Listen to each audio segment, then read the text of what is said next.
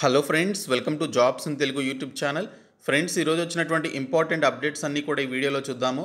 Video చూస్తున్న ప్రతి ఒక్కరు కూడా వీడియోని లైక్ చేసి ఛానల్ని సపోర్ట్ చేయండి.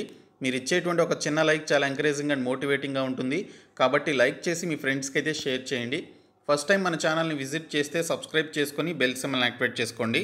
ఫ్రెండ్స్, డీటెయిల్స్లోకి వెళ్లే ముందు రీలెవల్ ప్లాట్ఫామ్ గురించి చెప్తాను. ఈ మధ్యకాలంలో జాబ్ పొందడం అనేది చాలా డిఫికల్ట్ టాస్క్గా మారింది. మీకు డిగ్రీ అండ్ రెజ్యూమే లేకపోయినా కూడా రీలెవల్లో ఉన్నటువంటి 800+ కంపెనీస్కి మీరు అప్లై చేసి ఫ్రీగా టెస్ట్ రాసి సింపుల్గా జాబ్ అయితే పొందవచ్చు. రీలెవల్ వారు ఇప్పటి వరకు 1100+ జాబ్స్ని డెలివర్ చేశారు.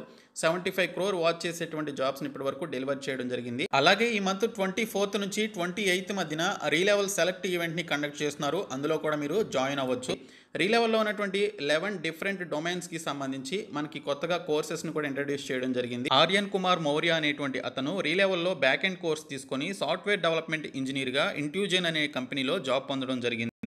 ప్రణయ్ దుగాన్ అనేటువంటి అతను రీలెవల్లో కోర్స్ తీసుకొని బిజినెస్ డెవలప్మెంట్ ఎగ్జిక్యూటివ్గా లోమోస్ ఎంటర్ప్రైజెస్ ప్రైవేట్ లిమిటెడ్లో జాబ్ అయితే పొందడం జరిగింది. మీరు టెస్ట్ రాసి పాస్ అవ్వకపోతే ఈ కోర్సెస్ తీసుకొని అప్స్కిల్ చేసుకొని అప్పుడు మీరు టెస్ట్ రాసి మంచి జాబ్ అయితే పొందవచ్చు. సో ఈ కోర్సెస్కి సంబంధించి మీరు అప్లై చేసిన తర్వాత రీలెవల్కి సంబంధించిన అడ్మిషన్స్ టీం వాళ్ళు ఆన్లైన్ మీటింగ్కి సంబంధించి ఒక షెడ్యూల్ని క్రియేట్ చేసి మీతో మాట్లాడడం జరుగుతుంది. సో మీరు దేనికి సంబంధించి అప్స్కిల్ అవ్వాలనుకుంటున్నారనేది వారితో చెప్పుకోవచ్చు. సో దీనికి సంబంధించి మనకి చాలా లిమిటెడ్ సీట్స్ అనేవి ఉన్నాయి కాబట్టి ఇమీడియట్గా దీనికి సంబంధించి కోర్సెస్ అయితే తీసుకోండి. డిస్క్రిప్షన్లో లింక్స్ ఉన్నాయి. మీరు ఫ్రీ టెస్ట్ రాసి జాబ్ పొందవచ్చు. అలాగే కోర్సెస్ తీసుకొని మిమ్మల్ని మీరు అప్స్కిల్ చేసుకోవచ్చు. డిస్క్రిప్షన్లో ఉన్నటువంటి లింక్స్ ద్వారా ఇప్పుడే అప్లై. ఫ్రెండ్స్, ముందుగా చూసుకున్నట్లయితే ఈరోజు మనకి కానిస్టేబుల్ రాత పరీక్ష కండక్ట్ చేస్తున్నారు. దీనికి సంబంధించి 15,644 పోస్టులకి సంబంధించి ఈ ఎగ్జామినేషన్ అయితే కండక్ట్ చేయడం జరుగుతుంది. మార్నింగ్ 10 AM నుంచి ఆఫ్టర్నూన్ 1 PM వరకు మనకి ఈ పర్టికులర్ ఎగ్జామినేషన్ జరుగుతుందని చెప్పేసి ఇక్కడ డీటెయిల్స్లో ఇచ్చారు. సో దీనికి సంబంధించి ఎగ్జామినేషన్ రాస్తున్నటువంటి ప్రతి ఒక్కరికి కూడా మన ఛానల్ తరపున ఆల్ ది బెస్ట్ అయితే చెప్తున్నాను. సో ఎటువంటి టెన్షన్ పడకుండా ఎగ్జామినేషన్ అయితే రాయండి. మీకు తెలిసినటువంటి క్వశ్చన్స్ని ఎక్కువగా ఆన్సర్ చేసే ప్రయత్నం చేయండి. నెగిటివ్ మార్కింగ్ ఉంది కాబట్టి కొంచెం జాగ్రత్తగా మీరు అటెంప్ట్ చేసినట్లయితే క్వాలిఫై అయ్యే ఛాన్సెస్ అయితే ఎక్కువగా ఉంటాయి. So all the best to everyone. So మరొక అప్డేట్ వచ్చేసి సాంకేతిక పోస్టులకు ప్రాథమిక రాత పరీక్ష లేదు అని చెప్పేసి మనకి TSLPRB అఫీషియల్గా అనౌన్స్ చేయడం జరిగింది. కానిస్టేబుల్ ఉద్యోగాలపై నియామక మండలి స్పష్టీకరణ. హాల్ టికెట్లు డౌన్లోడ్ కాలేదని ఆందోళన చెందిన అభ్యర్థులు. కానిస్టేబుల్ పోస్టుల భర్తీ నోటిఫికేషన్ మేరకు సాంకేతిక పోస్టులకు ప్రాథమిక రాత పరీక్ష లేదని నియామక మండలి TSLPRB శనివారం స్పష్టం చేసింది. 16,000కు పైగా కానిస్టేబుల్ పోస్టుల నియామకానికి ఆదివారం రాష్ట్ర వ్యాప్తంగా ప్రాథమిక రాత పరీక్ష నిర్వహిస్తున్న సంగతి తెలిసిందే. ఇందుకోసం అభ్యర్థులందరూ హాల్ టికెట్లు డౌన్లోడ్ చేసుకుని సిద్ధమయ్యారు. వీటిలో IT అండ్ కమ్యూనికేషన్ విభాగం, డ్రైవర్ లేదా మెకానిక్లో 383 పోస్టులు, ఇంకా అగ్నిమాపక శాఖ డ్రైవర్ ఆపరేటర్లో 225 పోస్టులకు రాత పరీక్ష మినహాయించారు. వీరికి హాల్ టికెట్లు జారీ చేయలేదు. ఈ విషయం తెలియని ఆయా అభ్యర్థులు తమ హాల్ టికెట్లు డౌన్లోడ్ కావడం లేదని శనివారం గందరగోళానికి లోనయ్యారు. దీనిపై మండలి హెల్ప్లైన్లకు ఫోన్లతో పాటు సపోర్ట్ సెంటర్కు మెయిల్స్ ద్వారా ఫిర్యాదులు చేశారు. దీంతో వారికి పరీక్ష లేదని మండలి వివరణ ఇచ్చింది. ఈ అభ్యర్థులు నేరుగా శారీరక సామర్థ్య పరీక్షలకు హాజరు కావాల్సి ఉంటుంది. వీరికి తుది రాత పరీక్ష మాత్రం తప్పనిసరి అని ఉన్నతాధికారులు స్పష్టం చేశారు. ఈ అభ్యర్థులు తగినంత ఎత్తు ఉండి పరుగు పందెం, లాంగ్ జంప్, షార్ట్ పుట్ వంటి శారీరక సామర్థ్య పరీక్షల్లో ఉత్తీర్ణత సాధిస్తే వారికి ట్రేడ్ టెస్ట్ అలాగే డ్రైవింగ్ టెస్ట్ నిర్వహిస్తారు. వీరిలో కనీసం 50% మార్కులు సాధిస్తే తుది రాత పరీక్షకు ఎంపిక చేస్తారు అని చెప్పేసి మనకి ఇక్కడ డీటెయిల్స్లో ఇవ్వడం జరిగింది. ఇంకా గ్రూప్ 4కి సంబంధించినటువంటి అప్డేట్ అయితే వచ్చింది. గ్రూప్ 4పై సర్కారు మాయాజాలం. VROల సర్దుబాటుతో తగ్గినటువంటి పోస్టుల సంఖ్య పెంచేందుకు గిమ్మిక్కులు అని చెప్పేసి మనకి ఇక్కడ డీటెయిల్స్లో ఇచ్చారు. గ్రూప్ 4 పోస్టుల సంఖ్యపై రాష్ట్ర సర్కారు మాయాజాలం చేస్తోంది. ఖాళీల భర్తీకి ఇంతవరకు ఆర్థిక శాఖ అనుమతి ఇవ్వలేదు. ఈ పోస్టుల్లో VROలను సర్దుబాటు చేయడంతో దాదాపు 3,000కు పైగా పోస్టులు తక్కువ అవుతున్నాయి. చెప్పినటువంటి ఖాళీల సంఖ్య తెచ్చేందుకు ఇప్పుడు వేరే పోస్టులను గ్రూప్ 4లో చూపేందుకు ఆర్థిక శాఖ ప్రతిపాదనలు సిద్ధం చేస్తోంది. అందులో భాగంగానే గ్రామ పంచాయతీల్లో స్టాఫ్ పోస్టులను కొత్తగా క్రియేట్ చేస్తోంది. వాటిని గ్రూప్ 4లోనే చూపాలని చెప్పేసి ప్రభుత్వం ఆదేశించినట్లు తెలిసింది అని ఇక్కడ డీటెయిల్స్లో ఇచ్చారు. దాదాపు 1,208 పోస్టులు ఇతర డిపార్ట్మెంట్ల నుంచి ఇంకో 1,800కి పైగా పోస్టులు సంబంధం లేకుండానే గ్రూప్ 4లో కలుపుతున్నట్లు ఆఫీసర్లు చెప్తున్నారు. అప్పటికే అసలు గ్రూప్ 4 ఖాళీలను ప్రభుత్వం తగ్గించి చూపించిందనేటువంటి ఆరోపణలు ఉన్నాయి. ఇప్పుడు అసెంబ్లీలో చెప్పినటువంటి ఖాళీల సంఖ్య తగ్గినట్లు వస్తే నిరుద్యోగుల నుంచి తీవ్ర వ్యతిరేకత వచ్చే అవకాశం ఉండడంతో ఇలా చేస్తున్నట్లు చర్చ జరుగుతోంది అని చెప్పేసి కూడా మెన్షన్ చేయడం జరిగింది. 5,138 విఆర్ఓలను సర్దారు. విఆర్ఓ వ్యవస్థను రద్దు చేసిన తరువాత ప్రభుత్వం వారిని దాదాపు 2 ఏళ్ల పాటు ఖాళీగానే ఉంచింది. ఇతర శాఖల్లో సర్దుబాటు చేస్తామని చెబుతూ వచ్చింది. ఇటీవల ఇంటర్నల్ జీవోలు జారీ చేసి లక్కీ డ్రా పద్ధతిలో కలెక్టర్ల ఆధ్వర్యంలో విఆర్ఓలను సర్దుబాటు చేసింది. అయితే గ్రూప్ 4 ఖాళీలతో పాటు ఇతరత్రా పోస్టుల్లో విఆర్ఓలను కేటాయించింది.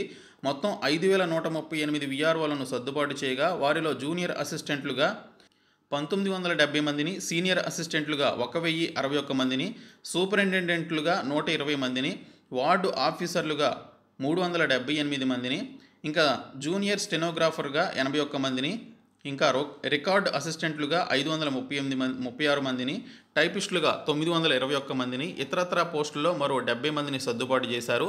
అయితే ఇందులో junior assistant, senior assistant, superintendent, junior stenographer, senior stenographer వంటి పోస్టులను ప్రభుత్వం భర్తీ చేయబోయే ఖాళీల్లో గ్రూప్ 4 పోస్టుల కింద చూపించారు. వీటిని విఆర్ఓలతో నింపడంతో అసలు ఖాళీలు తగ్గాయి అని చెప్పేసి ఇక్కడ మనకి డీటెయిల్స్లో రావడం జరిగింది. ఇంకా గ్రామ పంచాయతీల స్టాఫ్ను కలిపేస్తున్నారు అని చెప్పేసి కూడా మెన్షన్ చేశారు. గ్రూప్ 4 పోస్టుల సంఖ్య చాలా వరకు తగ్గుతుండడంతో గ్రామ పంచాయతీల్లో జేపీ జూనియర్ పంచాయతీ కార్యదర్శులు ఎవరైతే ఉన్నారో జేపీలుగా పనిచేసేటువంటి స్టాఫ్ను రిక్రూట్ చేసుకోవాలని చెప్పేసి ప్రభుత్వం నిర్ణయించింది. ప్రత్యేకంగా చేపట్టాల్సినటువంటి ఈ రిక్రూట్మెంట్ను అలా కాకుండా ఆ పోస్టులను గ్రూప్ 4లో కలిపేయాలని చెప్పేసి ప్రపోజల్స్ రెడీ చేసింది. ఇందుకు సంబంధించి కొత్తగా 1,208 పోస్టులను క్రియేట్ చేశారు.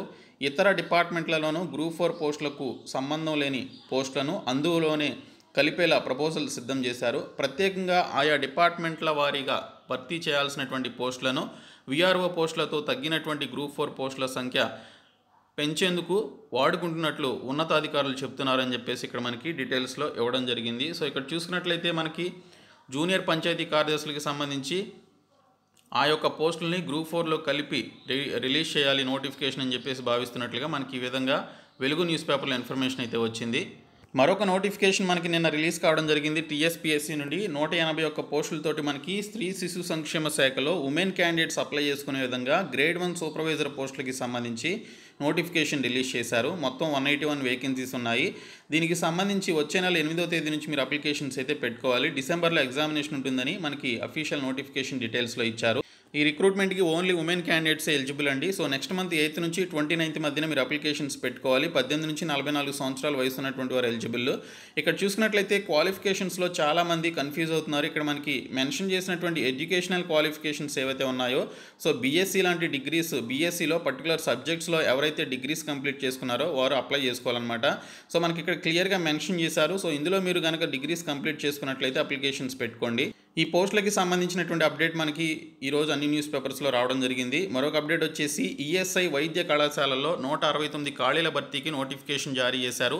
ఈఎస్ఐసి పరిధిలోని మెడికల్ కాలేజీ ఆసుపత్రుల్లో 169 ఖాళీలను కాంట్రాక్టు పద్ధతిలో భర్తీ చేసేందుకు శనివారం నోటిఫికేషన్ విడుదలైంది. సనత్ నగర్లోని ఈఎస్ఐ మెడికల్ కాలేజీ, దీనికి అనుబంధంగా ఉన్నటువంటి ఆసుపత్రి, అలాగే సనత్ నగర్లోని సూపర్ స్పెషాలిటీ ఆసుపత్రిలో faculty, senior consultant, junior consultant, specialist, senior residents కేటగిరీల్లో ఉన్నటువంటి 169 ఖాళీలను రోస్టర్ ప్రకారం భర్తీ చేయనుంది. రూల్ ఆఫ్ రిజర్వేషన్కు అనుగుణంగా ఈ నియామకాలు చేపట్టాలని కార్పొరేషన్ ఆదేశించడంతో ఆ మేరకు పోస్టుల విభజనను పూర్తి చేసినటువంటి ఈఎస్ఐసి అధికారులు చర్యలు చేపట్టారు. సో ఈ నెల 28 నుంచి వచ్చే నెల 8వ తేదీ సాయంత్రం 6 గంటల వరకు ఆన్లైన్ పద్ధతిలో దరఖాస్తులు స్వీకరించనున్నారు. సెప్టెంబర్ 13 నుంచి కేటగిరీల వారీగా ఇంటర్వ్యూలు నిర్వహించి అర్హులను ఎంపిక చేయనున్నారని చెప్పేసి మెన్షన్ చేశారు. సో మనకి ఈఎస్ఐసి నుంచి, తెలంగాణలో ఉన్నటువంటి ఈఎస్ఐసి నుంచి 169 పోస్టులతో మనకి ఈ నోటిఫికేషన్ అయితే అఫీషియల్గా రిలీజ్ కావడం జరిగింది. ఇంకా విఆర్ఏల క్రమబద్ధీకరణకు రంగం సిద్ధమని చెప్పేసి కూడా మరొక అప్డేట్ అయితే వచ్చింది. 9,000 మందికే పదోన్నతులు, 10వ తరగతి పైన విద్యార్హత ఉన్నవారికే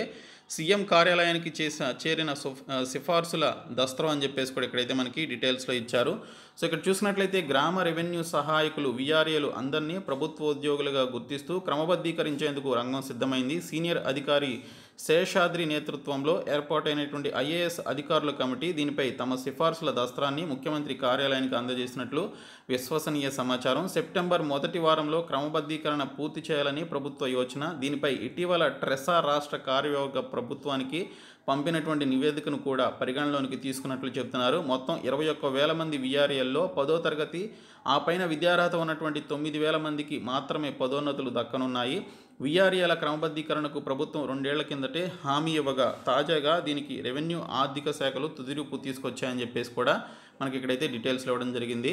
ఇంకా ప్రభుత్వానికి అధ్యాపకుల క్రమబద్ధీకరణ జాబితా అని చెప్పేసి మెన్షన్ చేశారు. ప్రభుత్వ జూనియర్ కళాశాలలో పనిచేస్తున్నటువంటి 2,951 మంది కాంట్రాక్టు జూనియర్ అధ్యాపకుల జనరల్ విభాగం జాబితా క్రమబద్ధీకరణ కోసం ఇంటర్ విద్యాశాఖ కమిషనర్ జలీల్ ఇటీవల ప్రభుత్వానికి సమర్పించారు. ఆ జాబితాను 4 విభాగాలుగా విభజించారని చెప్పేసి కూడా మనకి ఇక్కడైతే డీటెయిల్స్లో రావడం జరిగింది.